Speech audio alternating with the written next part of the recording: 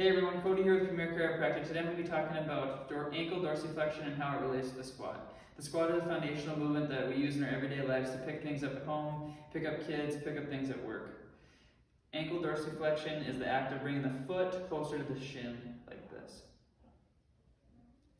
So, how does this relate to the squat? When we look at a squat, we want to have our feet shoulder width apart, a good wide stance. We're going to keep spine long, head up, chin tucked, and we go into the squat, we want our knees tracking our outside two toes.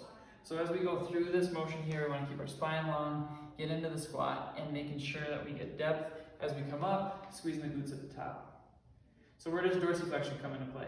At the bottom of our squat, sometimes we can compensate if we're lacking dorsiflexion by flexing in the lumbar spine. So as we go down to squat, we can't get that dorsiflexion, so we flex the lumbar spine. That causes increased stress on the discs and the posterior muscles of the back.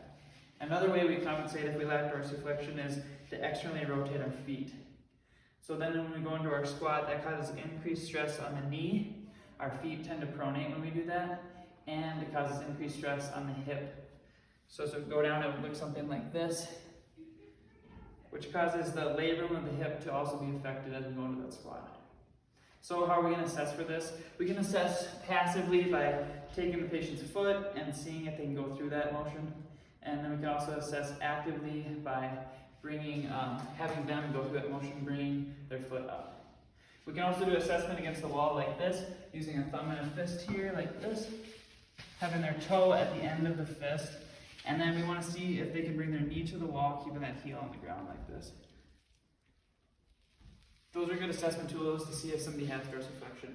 So if there's lack of dorsiflexion, the question is what are we going to do about it? We can do a band-assisted mobility stretch.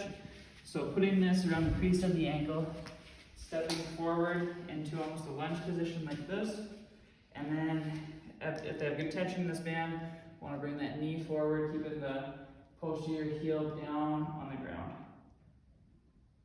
This is a good mobility stretch to do for increasing dorsiflexion.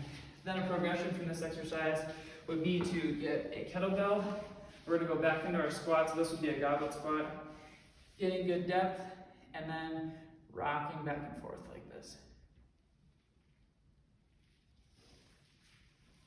Thank you.